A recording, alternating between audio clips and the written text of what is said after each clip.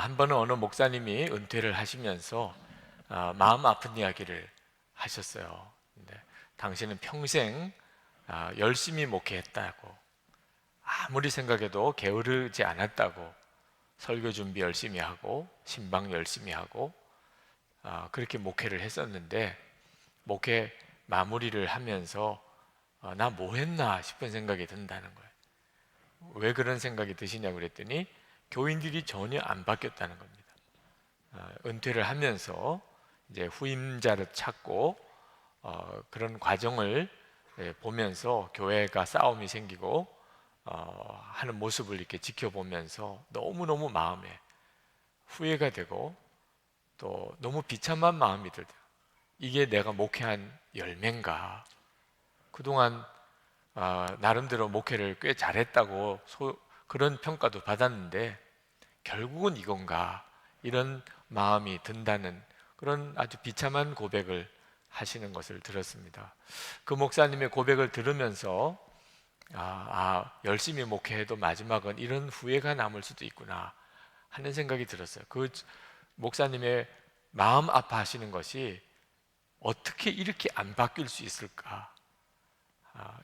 교회 안에 새 담임 목사님을 모시는 문제 하나 가지고 어떻게 이렇게 교회가, 목사님 생각하기에는 그동안 내가 무슨 설교를 했었나, 또 도무지 교우들을 신방 가서 내가 무슨 말씀을 전했던 건가, 어떻게 이렇게 되나, 그런 마음이 드셨다는 거죠.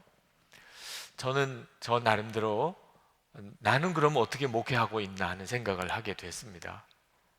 목회를 하고 열심히 교우들을 섬기고 그리고 제자 훈련도 시키고 그랬는데, 과연 나는 내 목회를 마무리할 때 교인들 안에 변화가 있다는 것을 기뻐할 수 있을까?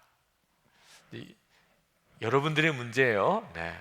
여러분들이 한 10년 정도쯤 지나면 은퇴를 하게 될 것 같은데, 그러면 여러분들은 10년쯤 뒤에 변할까? 어때요? 변할 것 같아요? 이렇게만 계속 이렇게 젊은이교회 나오고 선한목자교회 다니면 여러분이 좀 변화될 것 같이 느껴지십니까? 굉장히 무거운 분위기인데요. 네. 여러분이 여러분 자신이 변화될 것에 대해서 기대감이 생기나요? 하는 것에 대해서 이번에 이 시리즈 설교를 하면서 제 마음이 간절한 겁니다. 사람이 변했다는 것은 뭘 말할까? 성령의 열매라고 하셨는데, 우리 안에 예수님이 오시고 그래서 성령께서 우리를 변화시켜 가시는데 사람이 변하는 거죠. 9가지 열매는 다 성품에 대한 표현입니다. 성질이 바뀔까? 예수 믿고 성질이 바뀌었나? 어떻게 예수 믿는다고 성질이 바뀌어요? 다 보니까 자기 성질대로 믿던데. 그게 지금 현실이에요. 근데 성경은 바뀐다고 말합니다. 예수를 믿으면 성질 바뀐다. 그게 성령의 열매거든요. 그래서 여러분들과 10주 동안의 실험을 해보자고 했습니다. 10주 동안. 근데 이게 10주가 이런 추세로 가다가는 10달도 될지도 모르겠어요. 그렇지만 하여튼 하나님이 말씀하신 것은 이제 설교를 하는 것을 다 모아서 10주, 그 기간은 뭐 몇 달이 될지 모르겠지만, 그러나 시간이 조금 길어지는 것은 우리에게 충분히 열매 맺을 기회를 주신 것이라고 생각이 되고요. 도전해 봅시다. 이건 정말 엄청난 일입니다. 10번의 설교를 듣고 내 성질이 바뀔 수 있을까? 여러분의 인생 전체가 새롭게 보이는 놀라운 일이거든요. 그리고 그것은 여러분이 하는 일이 아니고 여러분 안에 오신 주님이 하시는 일이니까 된다 안 된다 우리가 말할 것도 아니에요. 그건 당연히 되는 거죠, 주님이. 그러나 주님이 나를 변화시키기 위해서 내가 할 일이 있습니다. 변화는 주님이 시키는 거고 열매도 주님이 맺어주시는 거지만 내가 할 일이 있어요.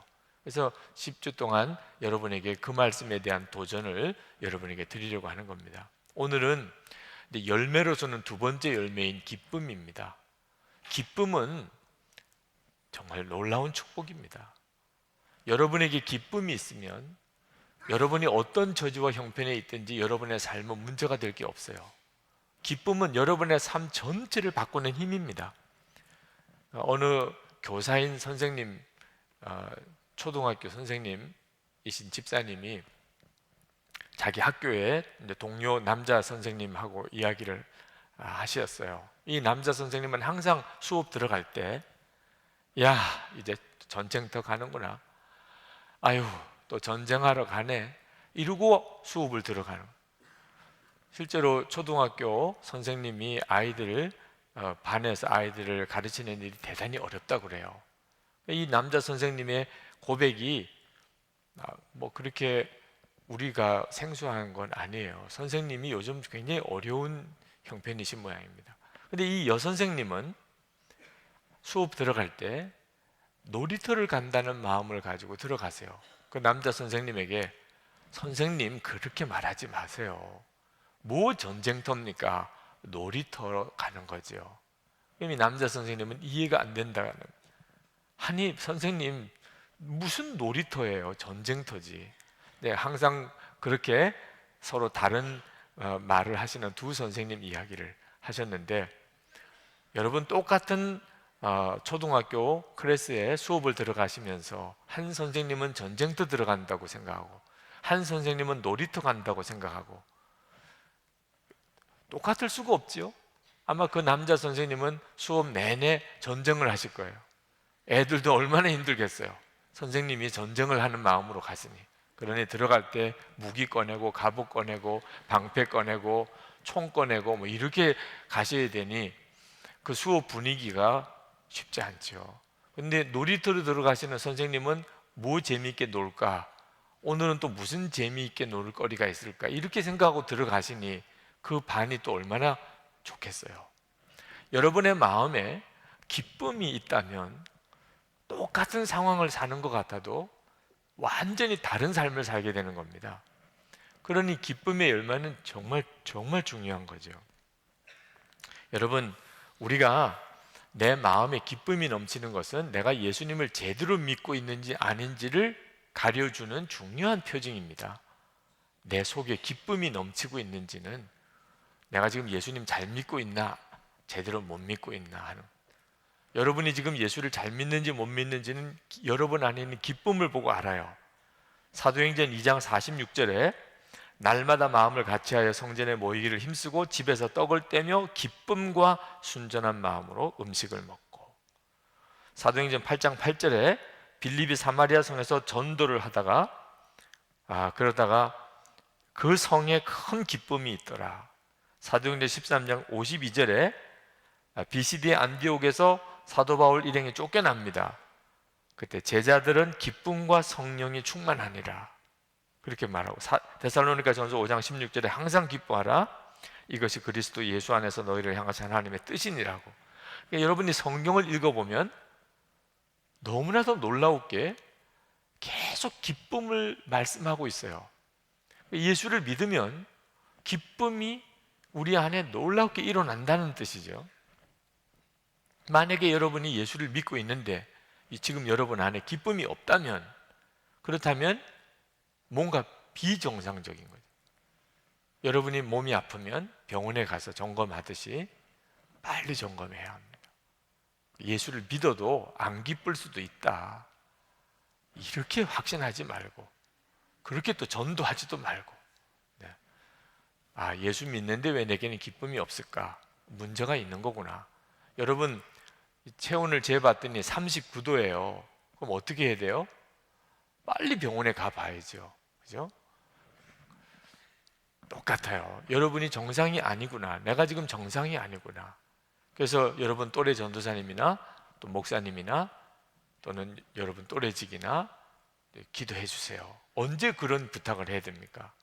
정상이 아닐 때, 지금 내 마음과 내 감정이 예수 믿는 사람이 답지 않습니다. 그럼 기도가 필요한 거죠.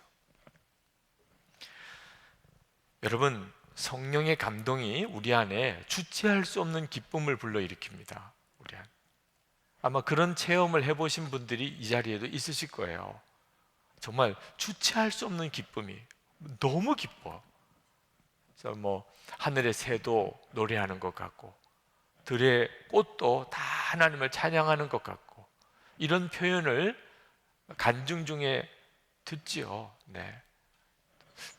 그 은혜 받기 전에는 몰랐는데 가로수가 다 손을 흔들고 하나님을 찬양하는 것처럼 보이더라. 뭐 이런 말. 이렇게 주체할 수 없는 이 기쁨을 나도 한번 경험해 볼 수 있을까? 혹시 여러분 중에 그런 점 때문에 정말 사모함이 있다면, 정말 목사님 그런 은혜를 나도 받고 싶어요. 그런 분이 있다면 한번 가만히 생각해 보세요. 지금 이미 여러분 안에 그 은혜가 있습니다. 오늘 여기에 계신 분이 예수님을 영접하지 않고 이 자리에 계시다면 그 사람은 예수님을 영접해야 하지만, 예수님을 영접한 상태에 있는데도 이 성령이 말할 수 없는 기쁨을 내게 부어주고 있지 않다면, 그렇다면 여러분 안에 그 기쁨의 요소, 원인이 있다는 것을 우선 알아야 합니다. 그런지 안 그런지 제가 잠깐 여러분에게 설명을 드리겠습니다. 여러분이 이제 살다가 하나님이 부르시는 때가 다 제각기 다르겠지만, 그러나 부르시겠죠. 이제 너 오너라 하고 하나님이 천국으로 우리를 부르실 때, 그때 여러분 나름대로 난 지금은 아니에요. 뭐 처음에는 이렇게 가다가 하나님 3년만 더 살려주세요. 또 이렇게 또 타협도 해보다가 그러다가 결국은 주여 알겠습니다. 그리고 이제 이렇게 하나님 앞에 가게 된단 말입니다. 자, 그래서 이제 여러분의 영혼이 육신을 떠나서 하나님 앞으로 이제 가는데 천국을 가는 길을 가요. 그런데 길이 천국 가는 길만 있는 게 아니고 지옥으로 가는 길도 있는데 수많은 사람들이 죽어서 지옥으로 가고 있는 거예요. 근데 나는 천국 가는 길을 가고 있어요. 내가 그 사람보다 뭐 특별히 더 잘난 게 있나? 그런 것도 없어요. 학교 다닐 때 공부를 나보다 더 잘한 친구도, 얼굴도 나보다 더 잘생긴 친구도, 집안도 나보다 더 부유한 집안에, 한 모든 점에서 나보다 더 낫고 착한 일도 더 많이 한 것 같고, 그런데 그런 친구들 중에 지옥 가는 친구들이 상당히 많은데 나는 천국을 가고 있네. 예수님의 십자가의 은혜 때문, 주님의 그 십자가의 복음을 내가 믿고 내가 예수님을 영접한 것 때문에 내가 이렇게 천국을 가고 있구나. 여러분, 이 순간이 만약에 여러분에게 온다면 여러분 그 기쁨을 어떻게 주체할 수 있겠어요?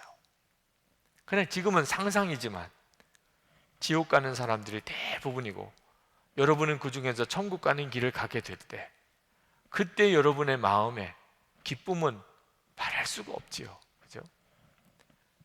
자, 근데 말입니다. 그게 꼭 죽고 난 다음에서만 경험되는 게 아닙니다. 지금 여러분 안에 영이 살아서, 영이 있습니다. 예수님이 여러분의 생명이 되어서 여러분에게 오심으로 여러분의 영이 살아 여러분은 이제 산 영이 된 거예요. 여러분이 영이 살았는지 아닌지는 오늘 예배를 드리는 걸 보면 압니다. 여러분이 지금 예배 드리는 모습을 어떤 사람은 미쳤네, 정신없네, 저 시간 낭비하는 것 좀 봐, 헌금도 하겠지, 좀 이렇게 이해가 안 되고, 여러분들이 예배 드리는 것에 대해서 여러분을 아주 수준 낮게 보거나 비난하거나 이렇게 말하는 사람 많습니다. 그런데도 여러분은 이렇게 예배를 드리는 이유가 뭡니까? 여러분의 영이 살았기 때문에 그런 거죠. 예배를 드리고자 하는 욕구가 여러분 안에 있기 때문이에요. 그런데 그 영은 죽을 때 가서야 기쁜 게 아닙니다. 지금 여러분이 구원받은 지금 이미 여러분의 영은 구원의 기쁨으로 정말 기쁨이 넘칠 것 같다는 거예요. 그런데 왜 그 영의 기쁨을 내가 누리지 못하는가? 여러분이 세상적인 관심, 여러분 나름대로 세상적으로 뭐 목표를 가지고 있는 거, 여러분의 마음이 그동안에 받았던 상처, 이런 것들이 여러분을 꽉 누르고 있어요. 여러분의 영이 충만하지 못한 채 여러분의 육신적인 생각과 마음의 감정과 상처들로 인하여 여러분의 영이 너무너무 묶여 있으니까 그 영이 느끼는 기쁨을 못 느끼는 것 뿐이죠. 그런데 여러분이 순간순간 그걸 경험할 때가 있습니다. 어떤 특별한 집회 때 또는 여러분의 기도가 이렇게 열릴 때 여러분 아마 이 자리에 있는 분 한 사람도 예외가 없을 거예요. 예수님을 영접한 사람은. 구원받은 자의 기쁨이란 설명이 안 됩니다. 환경과 여건 때문에 오는 게 아니니까. 그 기쁨은 내가 뭐 돈이 많다든지 또는 좋은 대학에 합격했다든지 또는 승진했다든지 뭐 이런 문제 때문에 오는 게 아니니까. 구원받았다는 것 때문에 오는 거니까. 내가 지옥 가지 않고 천국 가는 자가 되었다는 것 때문에 누려지는 기쁨이니까. 이 기쁨이 우리 모두에게 다 있다니까요. 하나님의 은혜로 여러분이 그 영이 누리는 그 놀라운 충만함을 이렇게 열어 보여주시면 지금도 그냥 감당할 수 없는 기쁨이에요. 그리고 나오는 고백은 어떤 고백이 나옵니까? 하나님 충분합니다. 하나님 충분합니다. 예수님 한 분이면 충분합니다.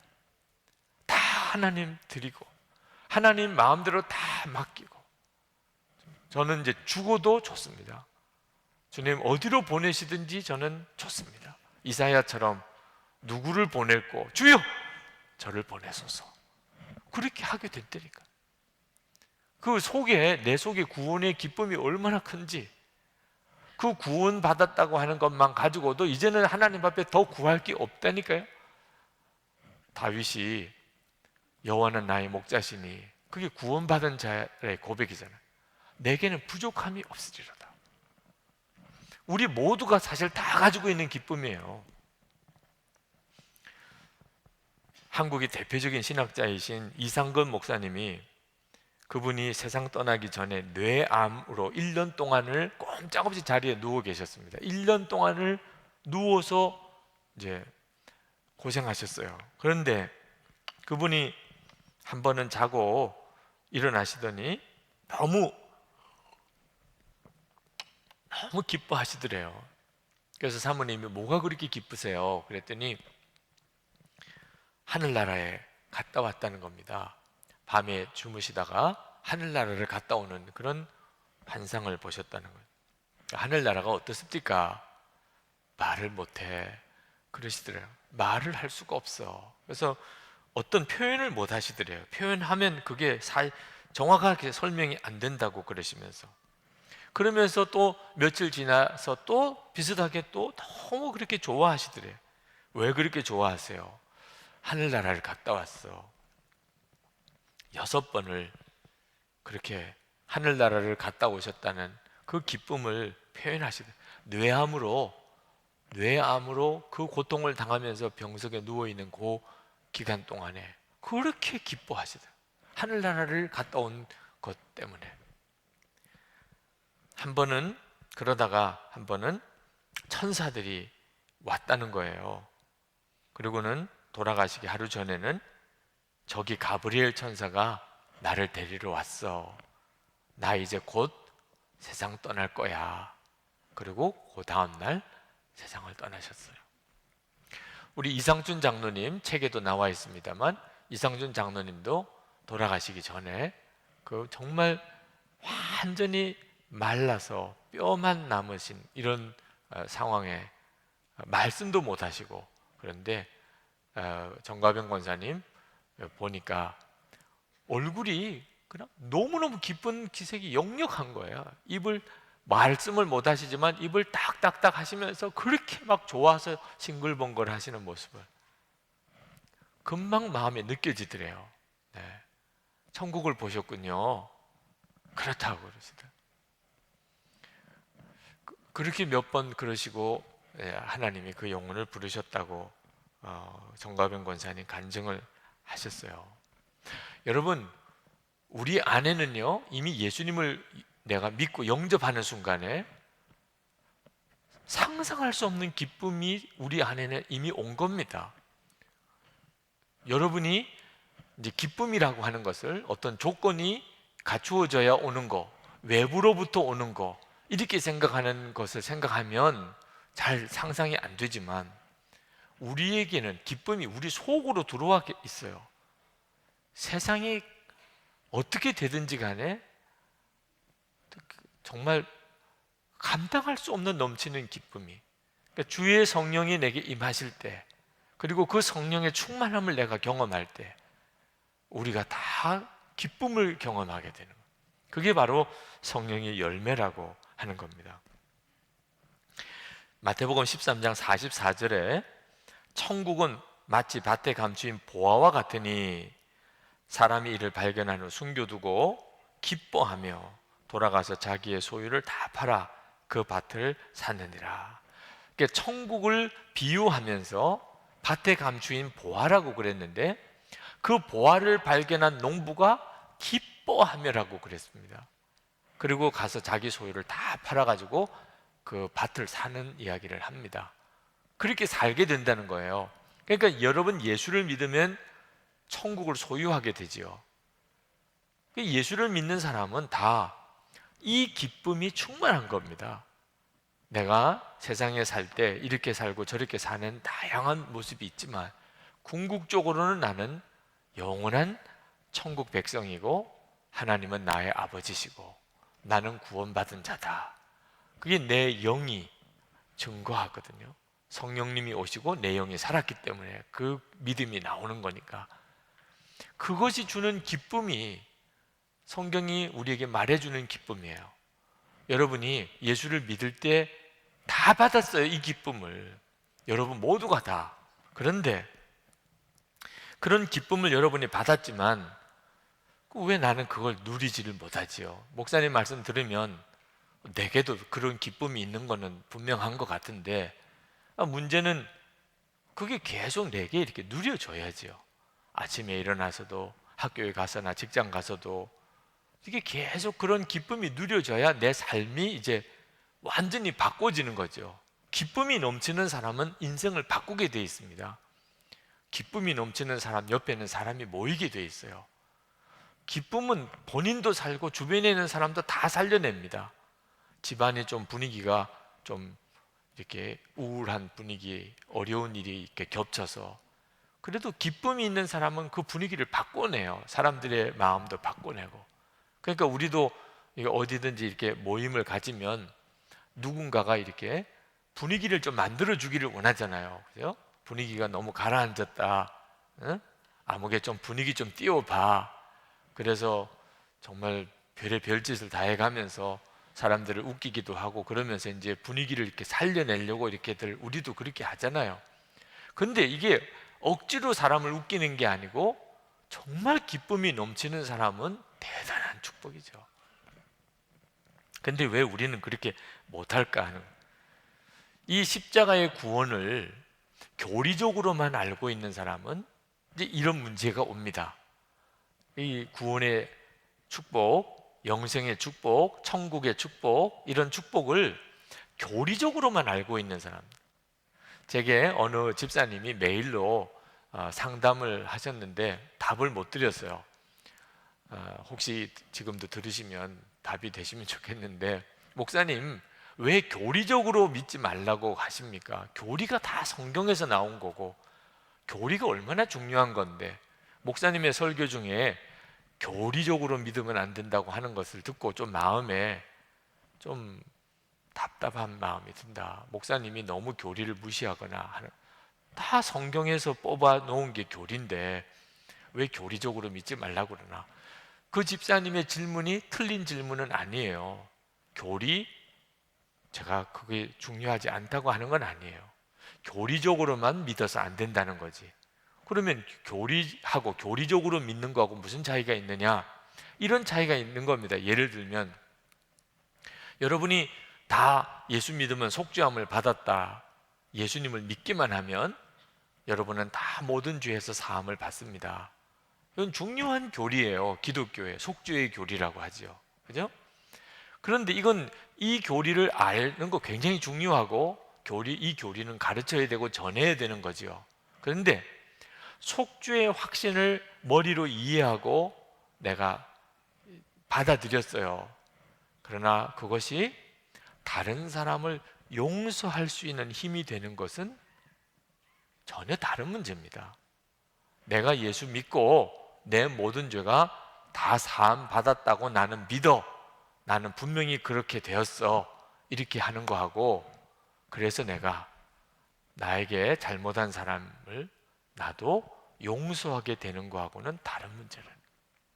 내가 속죄함을 받았기 때문에 내 마음이 너무 기쁜 거는 전혀 다른 문제라니까.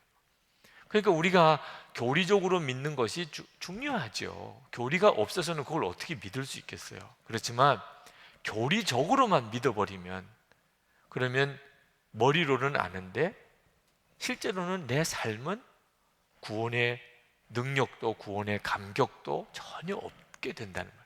그러니까 성령의 역사가 같이 가야 한다는 거예요.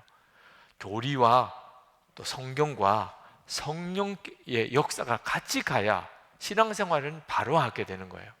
이 성령의 역사가 뭐죠? 살아계신 예수 그리스도십니다. 왜 교리적인 믿음으로는 한계가 있는가? 우리는 다 천국 갈 사람, 제가 설명을 그렇게 드렸어요. 머리로는 끄떡거려져요. 그렇겠구나. 천국 갈 때 얼마나 좋겠어. 그래, 맞아. 그때는 뭐 정말 미쳤다는 소리 들을 정도로 춤도 추고 기뻐하고 감격하고 하겠지. 근데 지금 그렇게 내 마음속에 누려지지 않으면 참 그 머리로 이해한다는 게 뭐예요? 왜 이렇게 되었는가? 살아계신 예수님을 내가 인격적으로 아는, 눈이 뜨이지 않은 상태에서 교리만 아는 사람이 이렇게 되어버리는 거예요. 여러분, 이 기쁨의 열매는 교리만 안다고 해서 얻어지는 거 아닙니다. 물론 이 복음 자체를 전혀 모르다가 교회는 다녔는데 십자가 복음이라는 게 뭔지를 몰랐어요. 그런데 수련회를 가든지 부흥회를 하든지 어느 집회 때 참석했다가 십자가의 복음을 너무나도 분명하게 들었고 깨달았어요. 그러면 그 순간에 기쁨이 옵니다. 아, 이게 예수 믿는 거구나. 이게 속죄구나. 아, 이것이 영생이구나. 하나님은 정말 살아계시구나. 이게 마음에 확 깨달아지고 믿어지게 될 때, 그때 은혜 받았다고 말하죠. 그죠? 회개가 터지기도 하고 확신도 생기고 그 순간에는 세상이 완전히 달라지는 것처럼 여겨져요. 근데 문제는 이런 은혜 받았던 이 날이 이제 지나서 한 주일이 지나고 한 달이 지나고 1년이 지나고 나면 이 은혜 받았을 때 그 기쁨이 서서히 식어져 버린다는 거예요. 그러니까 은혜를 받아도 이렇게 은혜를 받아버리면, 그러면 내가 예수를 믿고 구원의 감격을 가졌던 때가 벌써 10년 전이에요. 10년 전. 10년 동안에 그날 은혜 받은 것 가지고서 계속 기쁠 수가 없다는 거예요. 예수님이 비유로 말씀하실 때 1만 달란트 탕감 받은 자가 100데나리온 빚진 자를 용서 못 해주잖아요. 근데 그건 세월이 지나는 것을 고려해 보면 얼마든지 이해가 될 수 있는 내용. 그런데 예수님 그분을 내가 알게 되면 문제는 달라집니다. 내가 그저 한번 복음을 깨달은 거 정도가 아니고, 복음에 대한 지식을 가진 정도가 아니고, 그 예수님 그분이 지금 나와 같이 계세요. 그러면 문제는 전혀 달라집니다. 그러면 이 구원의 감격은 매 순간이에요. 주님과 함께 있는 그 매 순간 새로워져요. 십자가는 항상 새 십자가고, 주님의 보혈의 능력은 언제나 생생한 보혈의 능력이고, 구원의 감격은 언제나 놀랍지요. 그러니까 항상 기쁨이 충만한 삶은 무슨 뜻이냐? 예수님과 항상 생생한 교제가 있다는 뜻입니다. 우리는 지식으로는 절대로 이런 기쁨을 누릴 수가 없어요. 예수님과 살아있는 교제가 되어지는 사람. 그래서 11절에 예수님은 이렇게 말씀하셨어요. 내가 이것을 너에게 이름은 내 기쁨이 너희 안에 있어 너희 기쁨을 충만하게 하려 함이라. 예수님이 내 기쁨이라고 그러셨는데, 그때 예수님 따로 있고 예수님의 기쁨이 따로 있는 것일까요? 어떻게 그럴 수가 있어요? 예수님 없이 예수님의 기쁨만 예수님께서 기쁨 이렇게 해서 기쁨이 그래 요거 넣어줄게. 예수님은 어떻게 해? 예수님은 기쁨도 빼내셨는데, 그죠? 그렇게 하셨을까? 예수님은 아니고, 예수님은 이제 딴 데 계시고 예수님의 기쁨만 내 속에 이렇게 넣어주셨다는 뜻일까요? 아니죠. 예수님 그분이 내 안에 계신 거예요. 그래서 내 기쁨이 너희 안에 있어. 그것이 바로 너희 기쁨을 충만하게 하려 하세요. 그러니까 우리가 예수님 안에 거하는 것, 예수님과 온전히 하나 되는 것, 주님과 교제하는 것이 바로 이 기쁨의 열매를 경험하는 삶의 핵심인 것입니다. 그래서 그것을 성령의 열매라고 하는 거예요. 성령께서 해주시는 일이 그 말입니다. 성령님은 우리 안에 오셔서 우리를 예수님을 알게 해주시는 분이 성령님이세요. 예수님 그분은 하나님 보좌 우편에 계시지만 성령님이 오셔서 마치 예수님이 나와 같이 계신 것처럼 분명하게 알게 되고 믿어지게 해주십니다. 영이 예수님의 영이시니까. 그래서 우리가 예수님이 우리 안에 계시다고 그렇게 고백을 하게 되는 거죠. 그래서 요한복음 15장에 계속해서 내 안에 거하라, 내 안에 거하라, 나도 너희 안에 거하리라고 말씀하고 계신 거예요. 성령의 열매를 맺는 핵심 원리는 예수님과 온전히 하나 되는 것입니다. 하나님께 예수님께서 기도를 하셨어요. 요한복음 17장 13절에 지금 내가 아버지께로 가오니 내가 세상에서 이 말을 하옵는 것은 그들로 내 기쁨을 그들 안에 충만하게 가지게 하려 함이니이다. 그러니까 예수님의 마음의 간절한 소원은요, 우리 안에 예수님이 오셔서 우리가 예수님의 기쁨을 갖게 해주시는 거예요. 이 기쁨이라는 표현을 그냥 없애면 예수님이 우리 안에 계신다고 하는 뜻입니다. 마귀가 그것을 뺏어가려고 하죠. 지금도 여러분이 그것 때문에 기쁨을 누리지 못하는 분들이 많은 겁니다. 마귀가 그걸 뺏어가려고 하니까 여러분 속에 하나님이 주신 기쁨을. 요한복음 16장 22절에 예수님께서 제자들에게 약속하셨어요.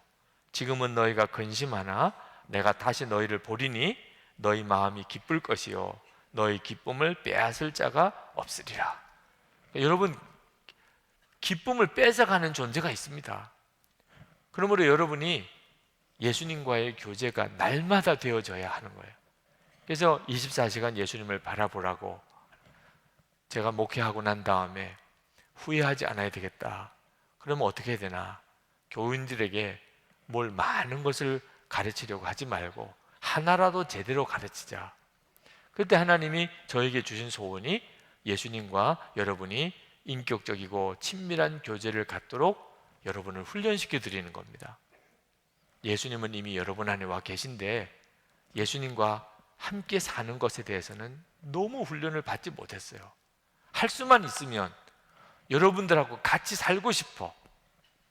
그래서 아침에 일어나는 시간부터 밤에 잘 때까지 함께 지내면서 저도 온전하지 않지만 그동안 하나님이 저를 훈련시킨 만큼이라도 여러분에게 그것을 이렇게 같이 살면서 점검도 해드리고 기도도 해드리고, 그죠? 얼굴에 갑자기 짜증이 충만해지면 붙잡고 밥 먹다가도 안수해서 주여 역사해 주소서, 이렇게 여러분 매사에 여러분이 주님을 온전히 바라보는 눈이 뜨일 때까지는 사람을 통해서 도움을 받는 거거든요. 그러니 여러분 주변에 다 믿음의 지체들이 있는 겁니다. 주님에 대해서 온전히 눈이 열리기 전에 다 믿음의 사람들이 여러분을 도와주고, 부모님을 비롯해서 목사님, 전도사님, 여러분의 선배, 여러분을 인도해 준 전도자, 다 그런 사람들이 주님을 대신하여 여러분을 섬겨주는 것이거든요. 근데 현실적으로는 그게 도무지 불가능한 일이잖아요. 하나님이 저에게 주신 것이 영성일기를 쓰고 그것을 서로 나누는 방법으로 굳이 함께 안 살아도 여러분이 마음만 분명하다면 함께 사는 것 이상으로 서로를 점검해 줄 수 있다는 말입니다. 그래서 여러분에게 그렇게 권해드리는 거예요. 여러분 안에 진짜 예수 믿는 역사를 경험하게 해드리고 싶어서. 빌립보서 4장 4절에 기쁨을 주 안에서 항상 기뻐하라고 그렇게 표현했습니다. 내가 다시 말하노니 기뻐하라. 그냥 기뻐하라가 아니에요. 그건 안 되는 이야기입니다. 주 안에서 기뻐하라는 겁니다. 그러니까 우리가 기쁨에 대한 문제에 너무 연연하지 말고, 왜 나는 안 기쁠까? 왜 내게는 기쁨이 없나? 이렇게 하지 말고 주 안에 사는 것에 대해서 여러분이 오히려 분명해지면 기쁨은 그냥 열매로 오는 거라니까요. 여러분이 주님과의 관계가 분명해지면 기쁨은 그냥 저절로 와요. 19세기에 1800년대죠. 중국 선교사로 갔던 앤 walter 핀이라는 자매가 그 의과대학을 나오고 중국에 선교사로 갑니다. 자매예요. 결혼도 안 한 자매인데 그 부모님 마음이 어떻겠어요? 딸이 의과대학 졸업하고 중국 선교사 1800년대니까 그때 상황을 생각해 보면 그 부모님도 참 얼마나 마음이 아프겠습니까? 그 딸이 그러고 중국을 갔습니다. 아무 연락이 없어요. 요즘 같은 때도 아니고. 누가 중국을 간다고 그러니까 그분을 찾아가서 그때 돈으로 210달러, 아주 금전입니다. 굉장히 고가죠. 그 210달러 금전을 그 사람에게 주면서 부탁을 해요. 하나만 들어달라. 내 딸을 좀 찾아봐 달라. 중국에 갔는데 내 딸을 좀 찾아봐 달라. 그리고 내 딸이 잘 있으면 아프지도 않고 그리고 건강하게 잘 있으면 전보 하나 해달라. 안전하다, safe, 안전하다 한 단어만 전보를 해달라. 그러면 정말 이 답답한 마음이 해결이 되겠다. 잘 지내는구나 이렇게. 그리고 그 사람이 중국으로 갔습니다. 얼마 후에 전보가 왔어요. 어머니가 부탁하던 기다리던 안전하다 이런 단어가 아니었습니다. delighted, 즐겁다 였어요. 즐겁다. 안전하다도 아니고 너무너무 기쁘다, 즐겁다. 도대체 어떻게 그럴 수 있죠? 이 앤 walter 핀 선교사님이 주님과 함께 있었기 때문입니다. 자, 영국에 있으면 그렇게 즐거울까요? 중국에 가면 그게 힘든 걸까요? 우리는 흔히 그렇게 생각합니다. 내가 어디 가면 기쁠까? 여기 있으면 기쁠 것 같아. 저기 가면 힘들 것 같아. 우리는 항상 그런 구조 속에 있어요. 그렇지 않습니다. 예수님 안에 있느냐 아니냐가 문제예요. 여기 있어도 우리 파송 선교사 헌신해 달라고 본교회는 아예 규정을 그렇게 정했습니다. 그러니까 1년 동안 파송 선교사로 가지 않으면 교회에서는 이제 권사님도 장로님도 안 됩니다. 아주 그렇게 강제 규정을 정했어요. 근데 많은 분들이 내가 어떻게 왔는데 여기를 이제 또 가라냐. 문제는 선한 목자 교회냐 또는 분리개척 교회냐 이게 문제가 아닌 거죠. 중요한 것은 예수님 안에 있는 겁니다. 예수님 안에 거하지 않는 삶을 산다면 선한 목자 교회라고 여기가 기쁨의 교회가 아닙니다. 예수님 안에 있는 게 분명하다면 형제교회나 분리개척 교회 그게 문제가 될 수가 없어요. 거기는 거기대로 여기와 비교할 수 없는 어떤 하나님의 기쁨을 경험하게 되죠. 시편 16편 8절에서 9절에 다윗이 이렇게 고백합니다. 내가 여호와를 항상 내 앞에 모시며 그가 내 우편에 계심으로 내가 요동치 아니하리로다. 이러므로 내 마음이 기쁘고 내 영광도 즐거워하며 내 육체도 안전하게 거하리니. 다윗이 그런 놀라운 믿음의 삶을 살았던 비밀이 뭐냐면 하나님을 항상 내 앞에 모시는 삶을 살았던 거죠. 여기서 기쁨이 나오는 거예요. 여러분의 기쁨의 이유는 예수님이십니다. 예수님과의 교제예요. 저는 제가 도대체 무슨 즐거움으로 사는가 딱히 뭐라고 집어내기가 어려워요. 목사인데 교회가 부흥되는 게 즐거운 일이겠죠. 하나님께서 절대로 그렇게 생각하면 안 된다. 제가 여기저기 가서 설교를 하고 전 세계를 돌아다니면서 말씀을 전하고 이렇게 되는 것을 부러워하는 사람도 있을 거예요. 목사님이 저런 걸 굉장히 좋아하나 보다. 저는 절대로 그게 제게 즐거움이 아니에요. 또 어디 가서 이렇게 말씀을 전하고 뭐 하면은 또 사례비를 또 주어요. 목사님 돈 많이 버시겠구나. 이번에도 저런 집회 가신다니. 하나님께서 절대로 그것을 즐거움으로 삼으면 안 된다고 그랬어요. 그래서 무슨 책을 발견해도 인쇄를 교회 통장에다가 넣어버리고 사례비를 거의 대부분은 그냥 거기서 다 돌려드리도록 그렇게 하나님이 원하세요. 어떤 때는 정말 내가 왜 이렇게 고생하나 이런 생각이 들 때도 있어요. 그것을 즐거움으로 삼으면 안 된다는 거예요.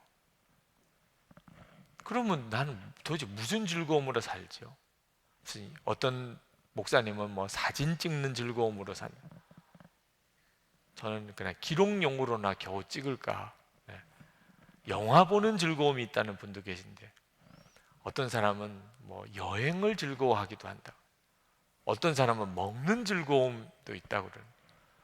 그러고 보면 저는 제가 즐거움이 전혀 없어요.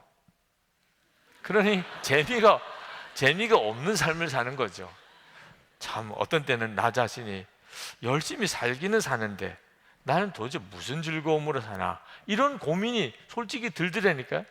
근데 하나님이 참 희한하게 어떤 글을 하나 보게 하시는데 제가 즐거운 게 뭔지를 가르쳐 주셨어요. 그것도 참 바보 같은 이야기죠. 자기가 즐거워하는 것을 남의 글을 보고 안다는 게 참 바보 같은 이야기지만 그게 사실이에요.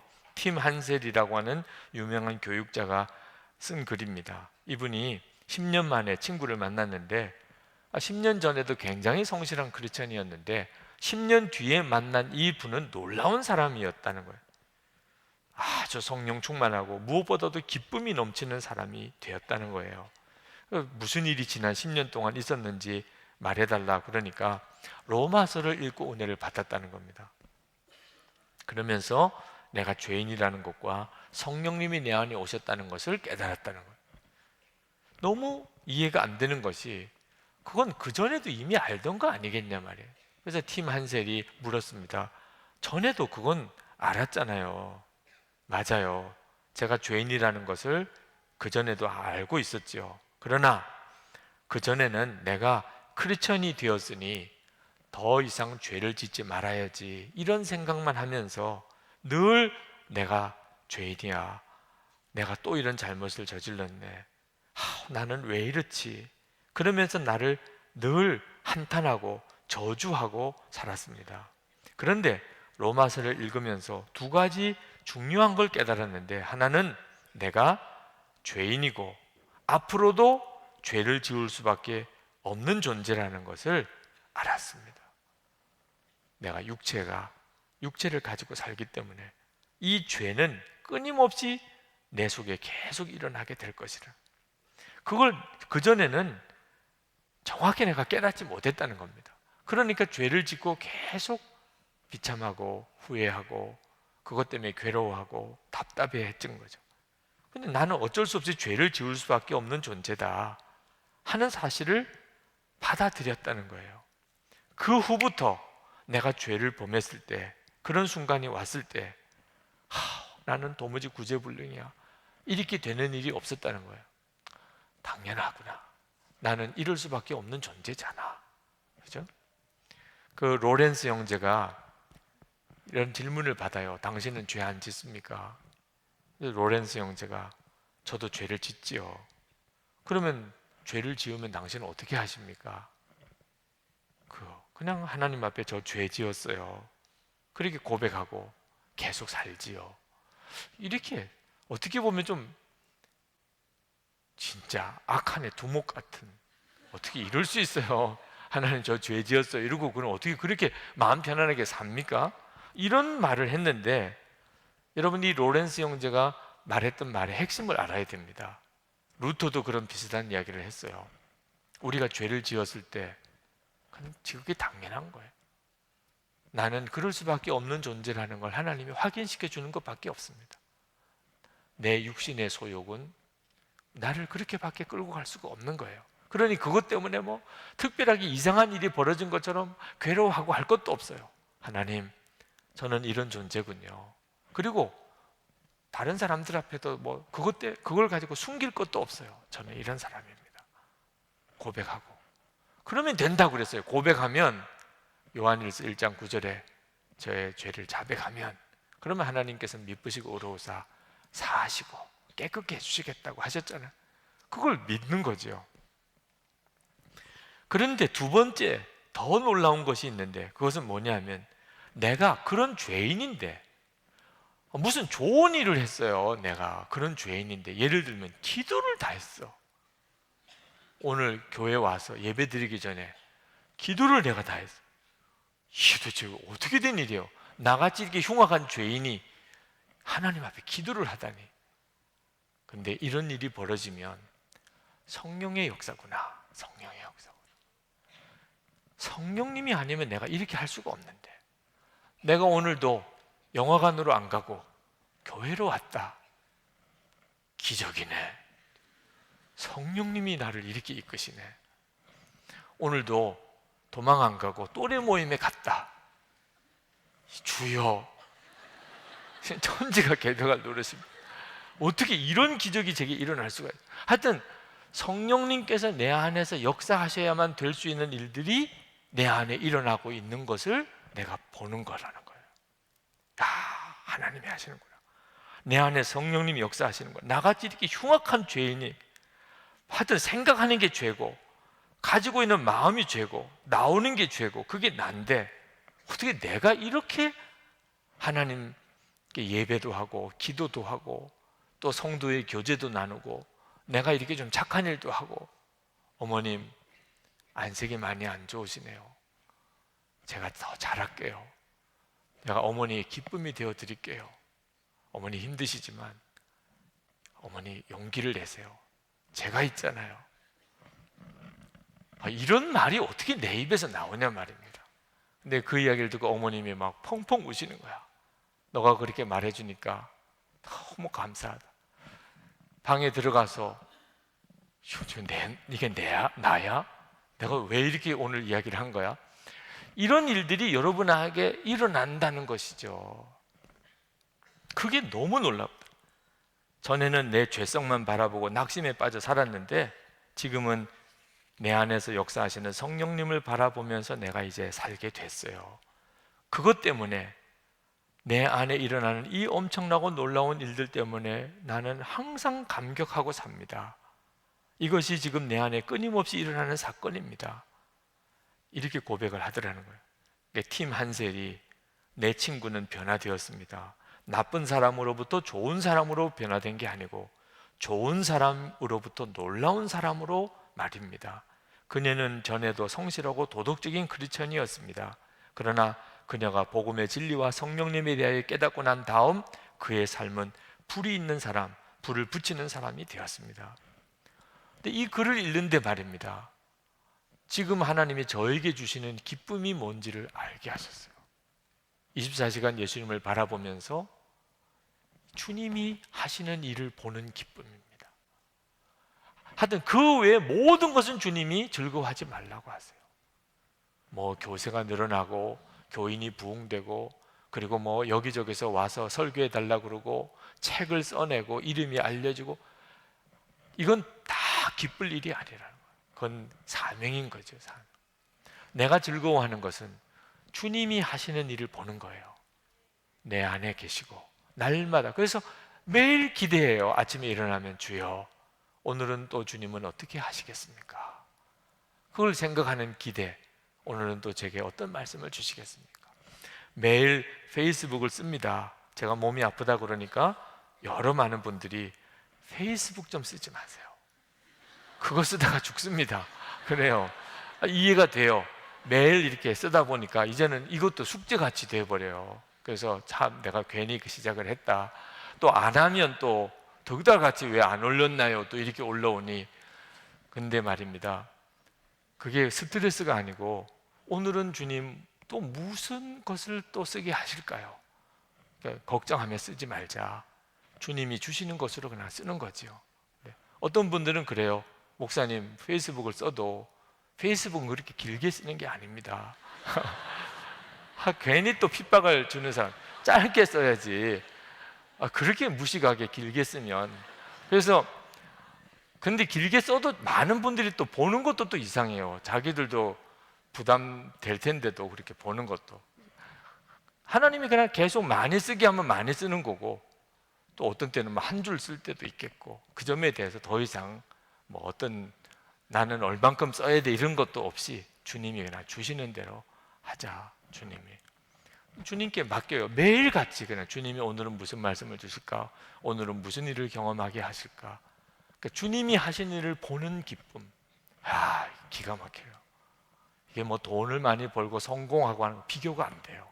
주님은 살아계신 주님, 나와 정말 같이 계신 주님, 그것으로 충분해요. 그 예수님이 나와 함께 계시는 게 분명해지면 환경이 어떻든지가 문제가 안 된다니까.